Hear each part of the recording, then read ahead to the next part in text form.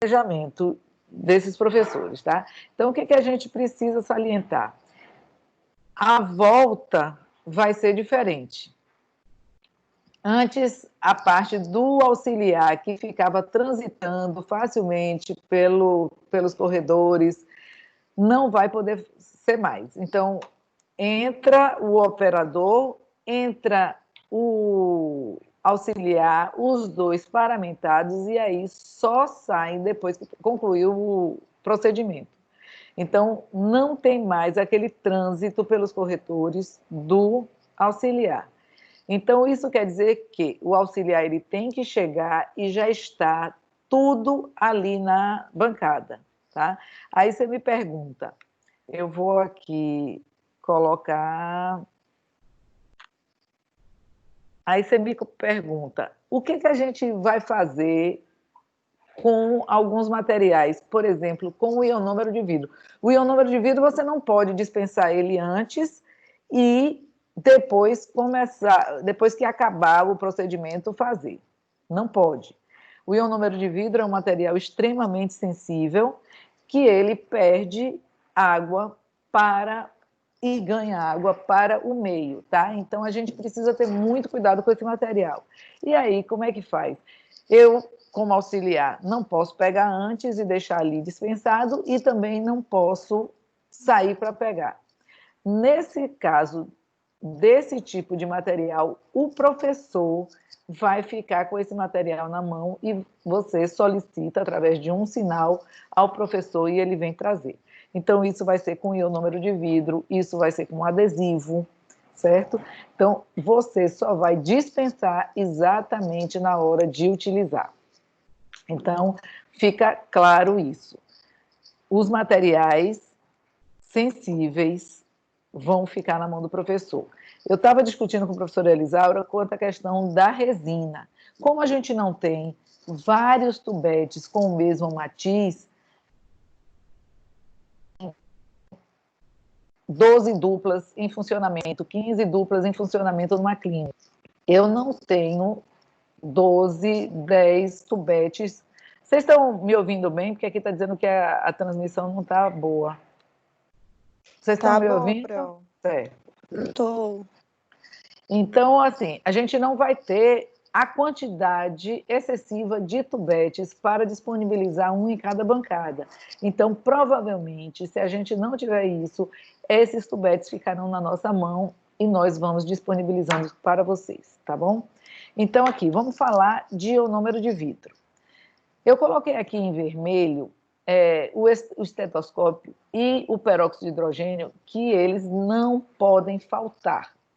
Então, pelo procedimento da biossegurança, você tem que pedir ao seu paciente que ele faça o bochecho antes de começar o procedimento. Então, esse bochecho ele vai fazer de 1 minuto a 1 minuto e meio e vai cuspir. A questão de cuspir, a cuspideira vai ser um elemento que será pouco usado. Então, o auxiliar, ele tem que estar sempre atento. Por exemplo, o paciente faz o bochecho e você vai lá e já aspira. Como o peróxido de hidrogênio, ele promove uma formação muito grande de espuma, então talvez o paciente queira cuspir para se sentir mais confortável. Então, nesse caso, você vai deixar, tá? Mas sempre que possível, o auxiliar tem que estar ali com o sugador para evitar que o paciente cuspa, ok? Então, quais são os materiais que a gente tem que ter? Turbina, tá? Alta rotação, o micromotor, o contraângulo, lembrar sempre que eles devem ser autoclavados, tá? Fotopolimerizador é outro item que a gente não tem numa quantidade muito grande, talvez eles fiquem sobre a guarda do professor e a gente entrega, depois volta, faz toda a desinfecção ali, tá? Cureta dentinária, lembrando, nós estamos numa outra era agora, tá? Então, quanto menos produção de aerossol, melhor.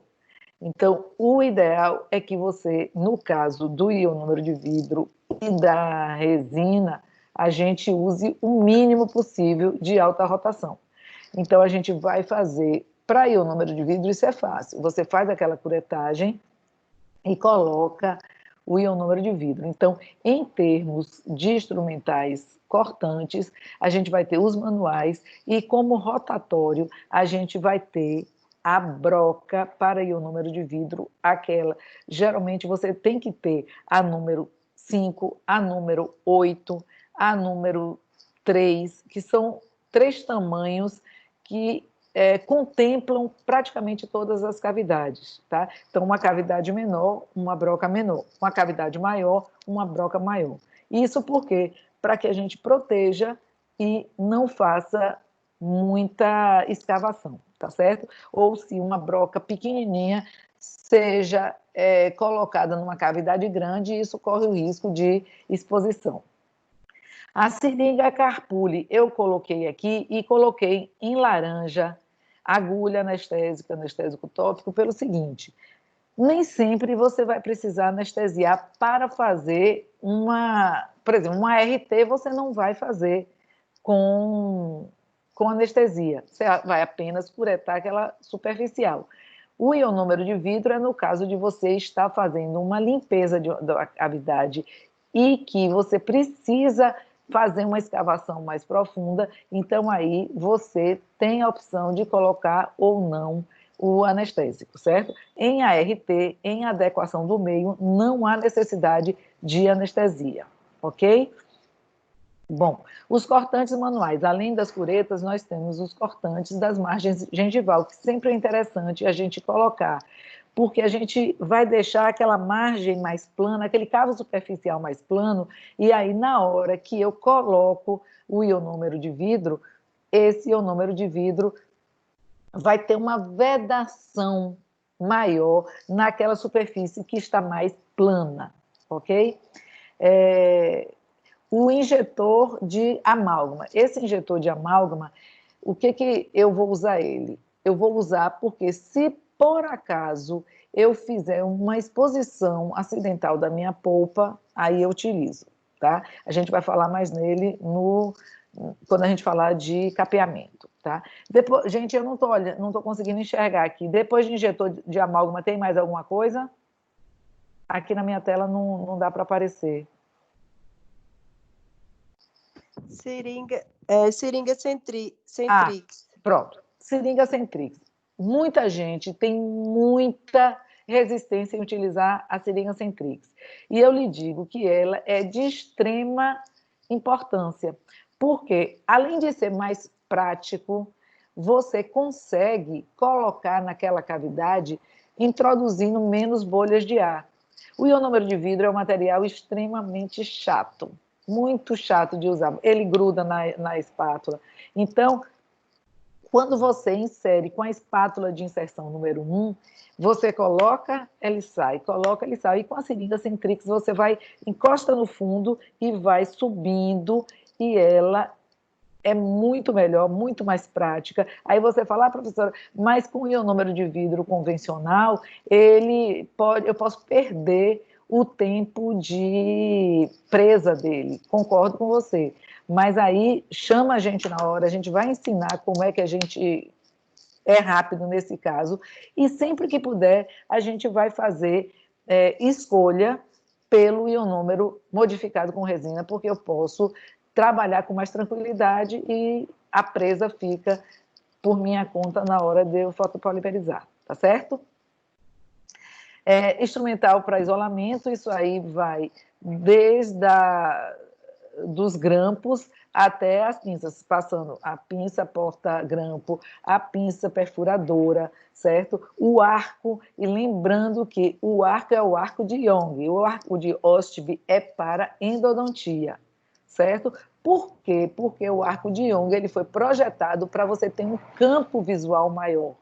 O arco de Ostby ele vai reduzir o seu campo visual, tá? Então, para dentística, arco de Young, tá bom? Placa de vidro, onde nós vamos espatular o nosso ionômero de vidro e o nosso hidróxido de cálcio, cimento, tá bom? O aplicador de hidróxido de cálcio não pode faltar, é com ele que eu vou levar o hidróxido de cálcio para a minha parede de fundo. Matriz de aço e matriz de poliéster, assim como o porta-matriz, porque se for uma classe 2, eu preciso de um apoio ali nas proximais, tá certo? Pote Dappen, pinça Miller, porque eu vou, após o meu procedimento, fazer a checagem, tá? Da minha restauração, as brocas dos tamanhos que eu falei, 3, 5, 8, essas 3 contemplam bem. Quem quiser ter mais outros números, não tem problema. Porta-matriz, cunha. Depois de cunha vem o quê, gente? Eu não consigo visualizar aqui, me perdoem.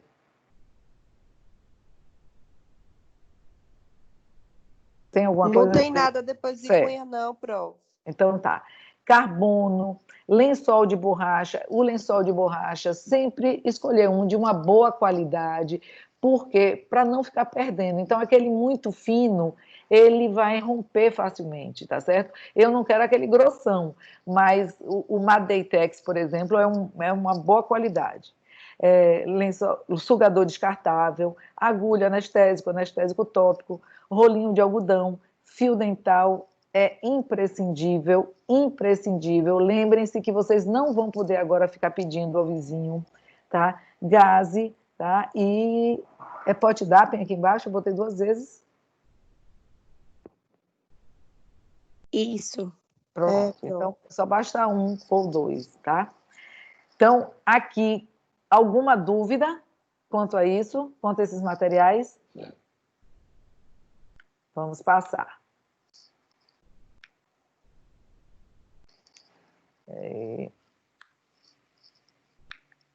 Pronto. Então, fazendo a sequência, a gente vai seguir o POP. O POP de biossegurança tem que estar na bancada para vocês tirarem dúvidas a qualquer momento. Então, não pode deixar. Vai posicionar o paciente de acordo, paramentar o paciente, você vai ter que colocar gorro no paciente, você vai botar óculos no paciente, botar o babador no paciente. Nada do que não fazia antes, mas sempre com mais cuidado agora, não pode esquecer, certo? Fazer o isolamento, tudo direitinho. Antes de qualquer coisa, você posicionou o paciente, vamos aferir a pressão, ok? Depois, solicitar que ele faça o bochecho, como eu tinha falado, de 1 minuto a 1 minuto e meio, ele vai fazer aquele bochecho com calma, aí vem o auxiliar, ele aspira, ou se o paciente se sentir incomodado, ele cospe devido ao excesso de espuma, como eu falei, tá bom? Aí a anestesia do paciente, levem um anestésico tópico. Eu sempre falo para meus pacientes, compre uma caixinha de cotonete, cortem o cotonete ao meio, a haste, corte ao meio, você vai fazer 2 hastezinhas, 2 mini hastes. Essa haste serve para você levar o tópico, porque ela é descartável, serve para você pegar também e lubrificar o lábio do paciente antes de colocar o lençol, tá? Então, esses cuidados são cuidados que você vai levar para a sua clínica particular, tá certo? Realizar profilaxia com escova de Robson e pedra pomes. Quem quiser usar a pasta pode usar também, tá? Realizar o isolamento relativo, no caso, hoje, da nossa realidade pós-Covid, se não for ART, você vai fazer o isolamento absoluto, tá certo? Realizar o preparo cavitário, limitando a remoção da dentina infectada. Olhem bem, a parede de fundo é uma parede muito vulnerável, que você pode expor essa área, expor a polpa a qualquer momento. Então, a gente precisa tomar muito cuidado. Então, eu não preciso escavar para tirar tudo. Eu posso deixar um pouco de dentina infectada aí, Por quê? Porque eu vou colocar material ali que é bactericida, que é bacteriostático, tá? Então, essa cárie não vai evoluir, certo? Então, assim, eu não vou deixar aquela dentina amolecida. Não, aquela dentina eu vou tirar. Mas a dentina infectada mais consistente, eu não preciso arriscar tanto. Na parede circundante, não. Já é outro momento e a gente vai falar mais adiante disso. Realizar proteção pulpar, se necessário. O que eu digo? Se eu estou fazendo uma RT, que eu estou fazendo apenas uma adequação daquele meio para tratar depois, eu não preciso. Se ela não é muito profunda, eu não preciso fazer uma proteção pulpar, tá? Mas se ela é mais rasa, eu posso deixar sem a proteção pulpar. Limpeza da cavidade. O uso do ácido poliacrílico de 10 a 25% na cavidade, esfregando por 15 segundos. Eu vou fazer isso nas paredes circundantes, tá? Isso aí vai agir como uma efetivação da adesão, tá? Lavar a cavidade, inserir o ionômero de vidro, tá? Coloco lá todo, fazer uma proteção do ionômero de vidro, tá? Com material impermeável. Esse material pode ser desde um esmalte de unha incolor, onde você remove o pincel que pinta a unha e usa um pincel descartável, tipo um cave brush, um micro brush, qualquer um deles, tá bom? Pode ir desde esse esmalte de unha até um protetor de superfície, passando pelos adesivos, tá bom? E realizar o ajuste oclusal. É fundamental realizar o ajuste oclusal. Eu não posso deixar esse paciente sair com uma restauração que esteja alta, onde ele realize um contato prematuro. Então, de preferência, pare o número de vidro. Se for uma cavidade muito profunda, deixa até em suboclusão, ok? Alguma dúvida até aí? Então, vamos lá.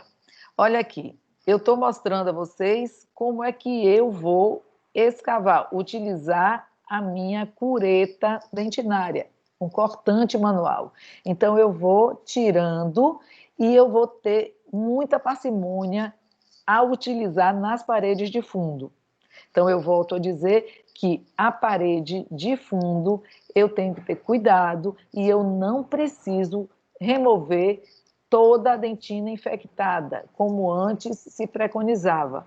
Hoje, a gente já sabe que na parede de fundo pode ficar um pouco de dentina infectada, porque o meu material que eu estou usando para a proteção, ele tem um efeito bactericida e bacteriostático, certo? Olha aí, aqui eu estou utilizando a broca. Notem que eu vou usar a broca na parede circundante. Olha aqui a parede de fundo já com uma exposição. Por quê? Porque eu fui muito fundo, com muita força na minha dentina de fundo. Eu não posso utilizar. Eu não posso ir assim, certo? Bom, fez isso, vamos ver como é que a gente resolve. Mas na parede circundante, eu removo toda a dentina infectada, ok? Então, aqui, olha, meu ionômero de vidro é um material extremamente sensível, é um material que é muito bom, ele é biocompatível e ele nos ajuda muito, mas eu preciso ter cuidado com ele, tá? Então, o que eu tenho que fazer? Pegar o meu vidrinho e eu tenho que sacudir, bato uma espátulazinha para que aquele pó que está ali no vidro, ele caia e se homogeneize, porque as partículas mais pesadas ficam no fundo, as partículas mais leves dos componentes desse material ficam mais na superfície. Então, eu tenho que agitar para que esses componentes se homogeneizem, certo? Então, depois que eu faço isso, eu vou utilizar o quê? É fundamental que eu utilize a minha medida que é disponibilizada pelo meu fabricante. Eu não posso, por exemplo, pegar uma medida do ionômero da FGM e usar com o ionômero da SDI. Não dá. As proporções são diferentes. Eu tenho que ler a bula e tenho que ver o que é que o meu fabricante diz. Porque tem uns que dizem, ó, você vai usar 1 para 1, uma gota para uma concha. Tem outros que dizem, não, eu quero que você use uma concha para 2 gotas. Então, eu não posso intercambiar essas conchinhas, ok? Então, cada fabricante tem o seu material e eu tenho que respeitar isso. Então, eu vou lá na bula, olho qual é a proporção e vou seguir rigorosamente o que ele falou. Depois, ó, que eu removi, que eu tirei o pó que caiu sobre essa superfície, eu tenho que passar uma gaze e limpar. Eu não posso devolver esse pó para o interior do vidro, ok? Então, eu tiro e fecho vedando. Já com a gota, o que é que eu tenho que pegar? Eu já separei o meu pó, eu vou pegar o frasquinho da gota, eu vou virar ele na vertical, exatamente assim, e dispensar a gota. Porque se eu fizer com o vidrinho assim, o que corre o risco? Que eu incorpore bolha de ar nessa dispensa, nessa gota. E aí a proporção vai ser incorreta. Então, sempre eu tenho que fazer a gota inteira, sem ar agregado. Correto? Aí eu vou espatular. Então, eu vou juntando o pó ao líquido paulatinamente e vou esfregando na placa de vidro. Utilizar a placa de vidro sempre no lado polido. O lado fosco é apenas para o cimento endodôntico. Tem que ser no lado polido. Então, eu vou ali e vou esfregando, certo? E aí, eu só vou levar esse meu material para a minha cavidade enquanto ele tiver brilho. Isso eu já falei várias vezes. Quando ele está com brilho, ele promove adesão. Sem brilho quer dizer que os anéis aromáticos já se fecharam, não tem mais radical livre. Se não tem radical livre, ele não se une ao cálcio do dente, ao mineral que está lá no dente, certo? Então, levar o material na hora que espatulou, todo de brilho, assim como a dentística gosta do brilho, você já leva para a cavidade e aí sim vai ter a adesão, que é uma adesão química, certo? Alguma dúvida até aí? E o número está claro para vocês? Tranquilo, Pro. Ok, então eu fiz isso. Eu posso levar, como eu falei, com uma espátula, que é mais difícil, ou então eu vou levar com a Centrix, que é muito mais prático. Então você pega o êmbolozinho, lembra sempre, gente, o êmbolo, ele tem que casar com a ponta dele. Então eu tenho que abrir a minha Centrix e marcar ponta 1, êmbolo 1, ponta 2, êmbolo 2, ponta 3, êmbolo 3. Eu não posso deixar de fazer isso. Porque depois, se você vier me perguntando, professora, como é, qual é o êmbolo daqui? Eu não sei, eu só sei quando eu pego, abro o material e marco, certo? Então, vocês façam isso, por favor. Então, o que você faz? Espatulou ali o material, pega a ponta, essa daqui, e passa ela assim, ó, ela enche toda. Encheu, pega o êmbolo, bota nela, leva até aqui, levanta essa asa, puxa um pouquinho, encaixa ele aqui e depois, com uma pistolinha, facilmente você leva até a cavidade. Encosta a ponta no fundo da cavidade e vai subindo lentamente, certo? Depois disso, é só deixar em infraoclusão e chegar lá, passar o protetor. Agora, a resina composta. Então, vamos lá. O que muda aqui para a resina composta? Eu vou ter que ter, além todos aqueles materiais que a gente viu em um número de vidro, eu vou ter que ter a espátula para inserção da resina, e essa espátula vai ser de acordo com o que você quiser. Eu tenho várias formas, eu vou fazer dente anterior, dente posterior. Quais são as espátulas que eu vou utilizar para aquela restauração, tá? Turbina, micromotor, foto, jogo clínico, cureta, tesoura, cortantes manuais, tudo isso é fundamental, tá? Eu vou usar anestesia, eu não posso esquecer do meu fio dental. Fio dental eu uso para absolutamente tudo, desde a hora que o paciente chega e eu tenho que verificar, antes de fazer o isolamento, se todos os dentes estão sem nenhuma interferência, certo? Que eu vou passar o meu DIC, a minha borracha. Então, o fio dental é o meu parceiro de vida na clínica, ok? Então, não posso esquecer. Pot-dappen eu tenho que deixar ali para qualquer coisa, para dispensar uma broca, para dispensar a minha pedra fomes. Então, 2, 3 pot-dappens são sempre bem-vindos na clínica, tá? Eu aconselho a vocês a terem pot-dappens de silicone, porque aquele de silicone, principalmente para prótese, vocês já viram que é fundamental. Na hora que você dispensa o pó e o líquido ali, que faz o monômero e o polímero, e faz a massinha, ele fica ali no fundo, certo? Ou então, se você bota só o monômero e vai molhando para pegar o polímero na hora de fazer a técnica da bolinha, o polímero desce ali e no final fica grudadinho, porque evapora o monômero. Então, quando você pega o de silicone, é só apertar e aquilo sai facilmente. No de vidro, você tem que ficar ali quebrando, arranhando e tal, certo? Carbono, pinça Miller. Aqui a gente coloca também, ó, pontas diamantadas, certo? E aí eu volto a falar para vocês.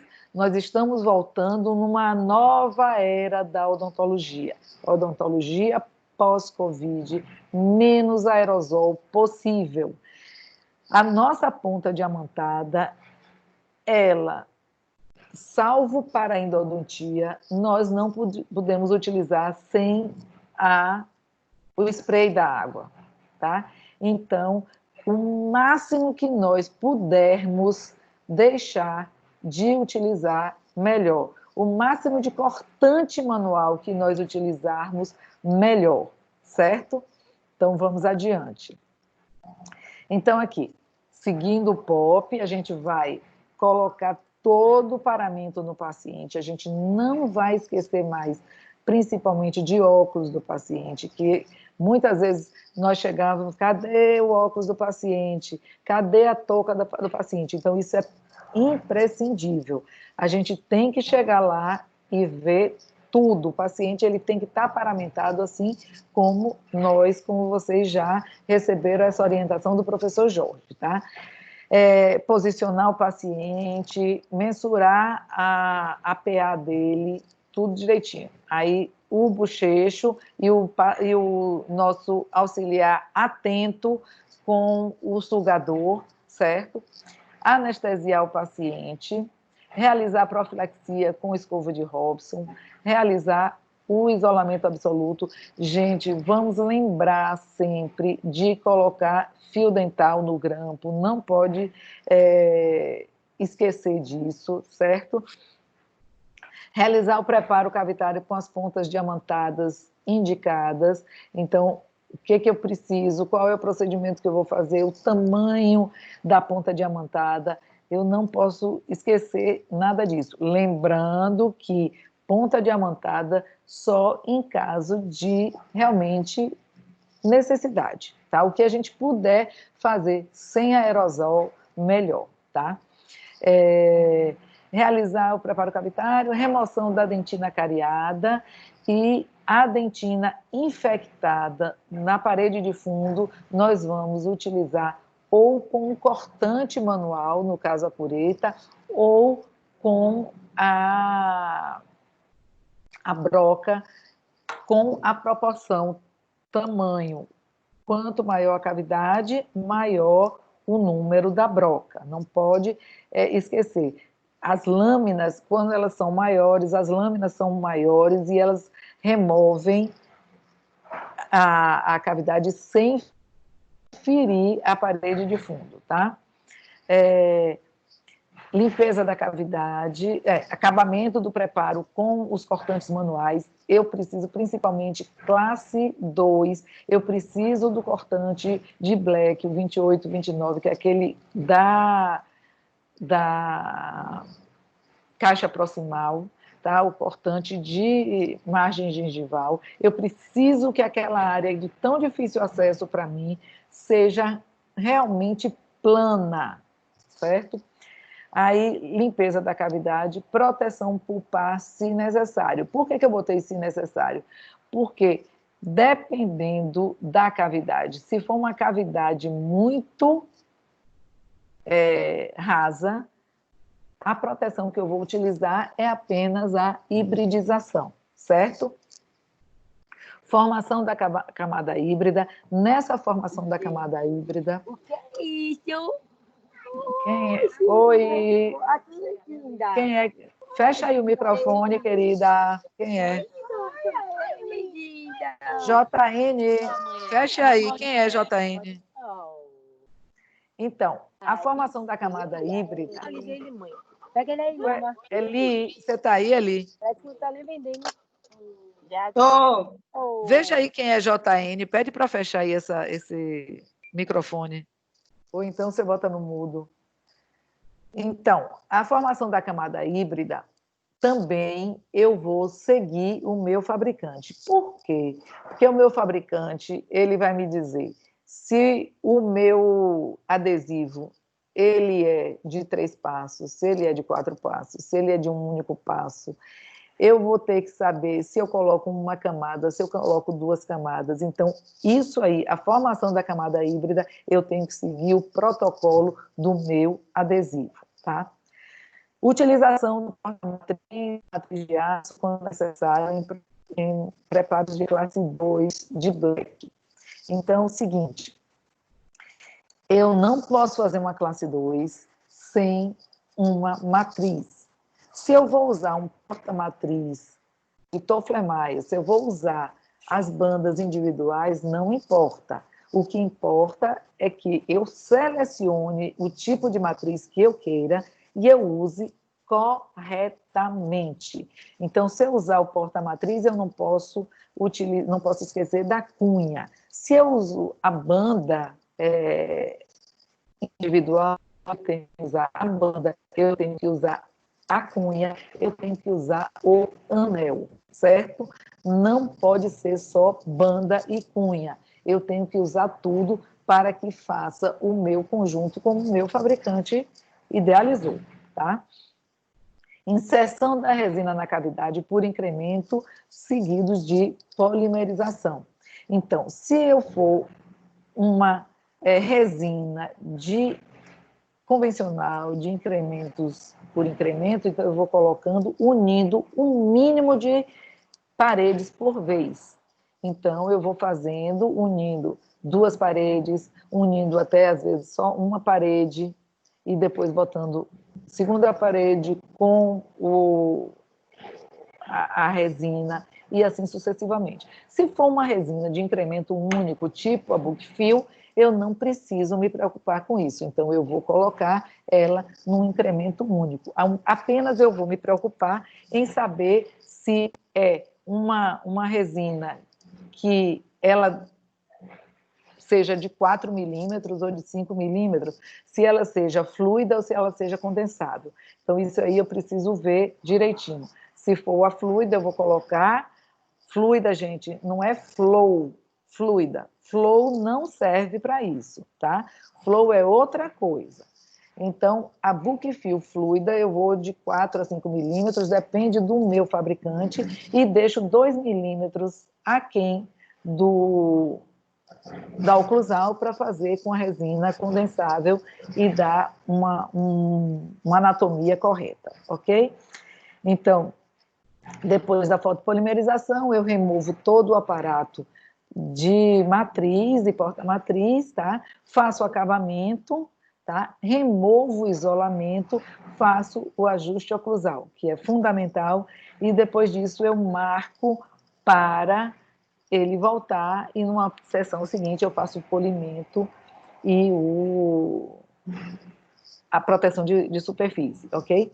E aí o POP da biossegurança falando que você tem que seguir muito bem para fazer a limpeza do seu instrumental, certo? Tudo bem por aí, pessoal? Posso passar? Alguma dúvida? Não, prof. Bom, então aqui, uma resina anterior. Então, na resina anterior, esse caso foi um caso de um trauma, e aí eu vou fazer todo aquele procedimento e vou restaurar o caso, tá? Se for um dente posterior, eu vou fazer o isolamento. Notem que eu coloquei o isolamento no próprio dente. Por quê? Não é classe 2, professora? É classe 2. Só que eu utilizei aqui, ó, um grampo especial.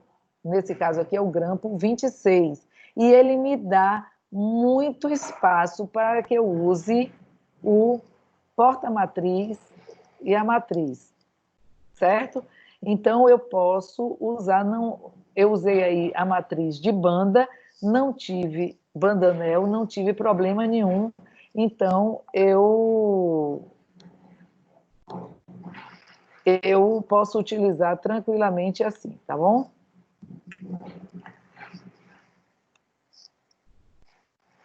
Vamos lá. Capeamento direto. Então, a gente vai seguir mais ou menos aquele POP, né, do ionômero de vidro, tá? Aí sigo aquilo tudo, aquele planejamento, e aí o que eu vou fazer? O item 1, o item 2, o item 3, tá? Até o 4, 5, tudo igual. Faço a profilaxia, isolamento, e aí vou realizar o preparo e expus o preparo, expus a polpa. Então, não preciso de jeito nenhum ficar agoniada. Meu paciente está com o dente isolado, eu não vou correr tantos riscos. O que eu tenho que observar? A idade do paciente, eu tenho que observar o tipo de sangramento, se está tendo um sangramento vermelho vivo, eu tenho que observar o tamanho da ferida. Se for tudo isso favorável, então eu vou tentar um capeamento, tá? Um capeamento direto. Então, o que eu preciso aqui? Hidróxido de cálcio PA, eu preciso de hidróxido de cálcio cimento, eu preciso de soro, bolinha de algodão estéreo, soro, tá? Ou uma água de hidróxido de cálcio, preparado uma solução antes, para lavar aquela cavidade. Lavei, venho com a bolinha de algodão estéreo e vou secar, né? Aquele excesso, eu vou tirar aquele excesso de água. Nesse momento é que eu venho com o injetor de amálgama, encho ele de hidróxido de cálcio PA e levo até a ferida. Bom, fiz isso, eu dou um leve jato de ar e deixo o hidróxido de cálcio apenas lá na ferida, certo? Em todo o resto da cavidade não pode ter pó. E aí eu venho com o meu hidróxido de cálcio e venho e vou o cimento e vou colocando em volta daquela ferida, cobrindo. Então eu tenho que começar aonde não tem hidróxido de cálcio, onde não tem o pó, e vou colocando até cobrir todo, certo? Cobrir, aí eu venho com o CIV de proteção. Vou com o CIV de proteção, depois o CIV de proteção, só relembrando, é o tipo 3. Depois eu venho com o CIV de restauração, que é o tipo 2. E depois eu vou deixar em infraoclusão, eu não quero que magoe aquela ferida, certo? E aí eu venho e protejo aquela área, ok?